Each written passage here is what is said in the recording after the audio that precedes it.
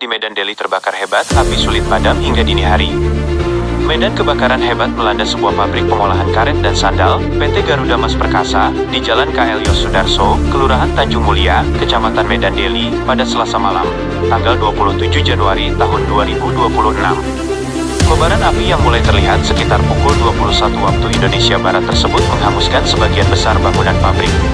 Kronologi kejadian, menurut keterangan saksi mata di lokasi, api dengan cepat membesar karena material di dalam pabrik didominasi oleh bahan karet dan kimia yang mudah terbakar. Asap hitam pekat, membumbung tinggi dan tercium aroma menyengat hingga radius beberapa kilometer. Warga sekitar juga melaporkan adanya rentetan suara ledakan keras dari area dalam pabrik. Upaya pemadaman, Dinas Pemadam Kebakaran dan Penyelamatan, P2K Kota Medan, mengerahkan lebih dari 20 unit armada pemadam ke lokasi.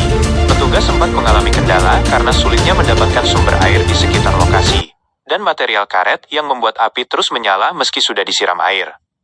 Kami fokus melakukan penyekatan agar api tidak merembet ke pemukiman warga di belakang pabrik yang jaraknya cukup padat, ujar salah satu petugas damkar di lapangan.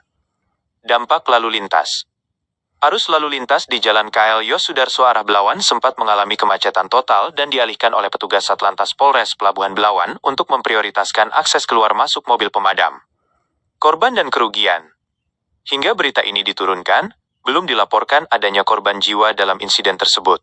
Pihak manajemen pabrik dan kepolisian masih melakukan pendataan terkait total kerugian material, yang diperkirakan mencapai miliaran rupiah. Penyebab pasti kebakaran masih dalam tahap penyelidikan tim Inavis.